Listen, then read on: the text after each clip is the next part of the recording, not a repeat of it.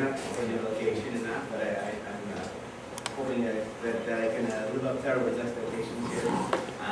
You may have noticed that last month it was my father was speaking, and this month I'm speaking. And I'll just on the board, I'll give you a few minutes to try and infer who is the speaker coordinator for this year. So I'd like to give a topic. This is sort of this was tangential to my honors thesis, and my professor at the time he mentioned this was great stuff, but it shouldn't be in my paper. So I thought I would sort of share some of my ideas with you here. And this is, of course, this is some of the things I've read. I'm not saying this is entirely revolutionary, but it's some fun stuff. And I've changed the topic from, actually the title a little bit from the outline. And that is, because I think it's a little clearer what I'm going to be talking about, is morals as heuristics and the necessity of secular ethics in the 21st century. So first I'm going to just try and take a different perspective on what morals are within an ethical framework.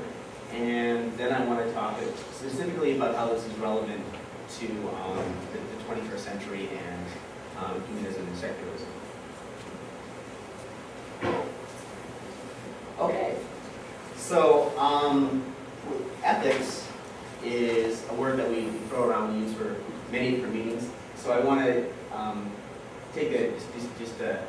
focus in on the way I'm going to be using it here. I'm going to talk about ethics as this intractable problem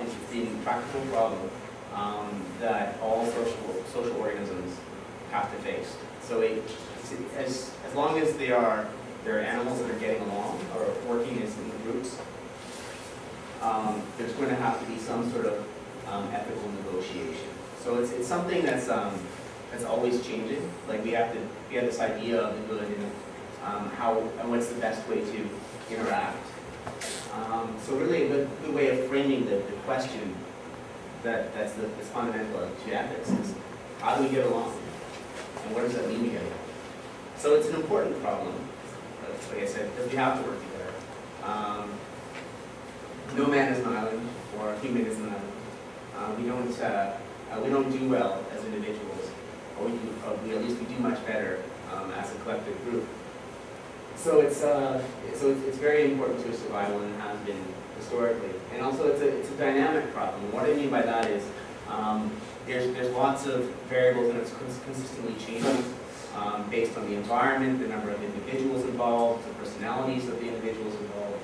So there's really no one solution to the problem. There may be, like, unless you can keep everything static, you might be able to find a solution to one ethical quandary. But the situation is such that every ethical problem we approach is a completely new one in a lot of different regards. And now the next point might be a little controversial, because I think there might be some relativists in the room, but I'm going to say that it's a contingent problem and not necessarily a relativistic problem. And I want to make that difference because there's this movement of, there's this school of thought called relativism that there's some venerable ideas, but there's also there's an aspect to it which can be a little dangerous, in this idea that things are not tied to anything. That all solutions to problems are equal. It's just a different perspective. And I don't want to go that far. I want to say that it's contingent. There's many different factors, so it's always so the solution to an ethical problem is changing. So there always is, objectively speaking, some optimal solution, some ideal way that a person should act ethically in every situation. It's just very, very difficult, maybe impossible, to see that solution at times. So that's actually takes me to the next point I have there. Optimal solutions to ethical quandaries probably exist, but it may not actually be achievable. And one of the problems is that we don't, and even if we did achieve it, we'd have no way of really being sure that that we had achieved it, because it's such a way that the problem is entirely defined. Okay.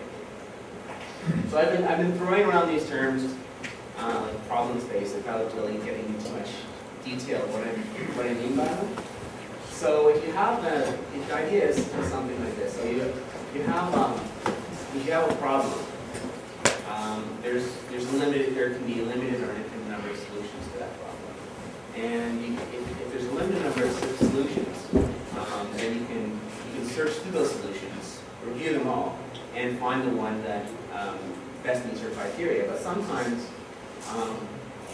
there could be too many for you to search through, and that's sort of where heuristics comes in, or rule of thumb. But I'm just going to take a sort of a side note here and talk a little bit. There's an exciting school of thought called game theory. And it's mathematics, and it's another way of framing problems in mathematics, where you look at the different kinds of games. And there's been lots of talk about game theory and economics and ethics, and talking about there's a difference between some games or zero-sum games, where there's always a winner and a loser, and then there's the more interesting game types are ones where people can win to varying degrees, or there can be more than one winner. And that's sort of that's what they talk about it. That's why trade works, and a lot of sort of situations, because both parties can benefit, and sometimes it can just be more of a question about who maximizes the benefit. So computer science searches. That's a bit of what I was talking about. Problem spaces there is that we can search through a problem space and look for a specific solution. But when you do so, sometimes the problems are too large to find that optimal solution. So, for example, to talk about specific games, checkers is simplistic enough that there's a mathematical solution to find the optimal move in the checkers game. But chess, because of the way that different pieces move, there's just too many variables. So you can't actually. So even our most powerful computers can't really search through all the different ways a chess game can be played out. So whenever we do have some computers that are very good at playing chess, and the way they do that is they use heuristics. So I'll take a bit of a step back, and instead of using complicated heuristic, I'll use a more common term. It's called a rule of thumb. And the idea being that instead of just trying to find that optimal solution, you come up with a solution to the problem, or a way of searching through that isn't optimal, but it won't probably necessarily find the best solution, but will find you pretty close to the best. But it's much more efficient. So, for example, if you're looking for a good rule of thumb would be, for example, if you're looking for a new shirt, instead of searching all the shops in Ottawa to find that perfect shirt, you just go to a few of your favorite shops to find that shirt. So chances are that your favorite shirt is going to be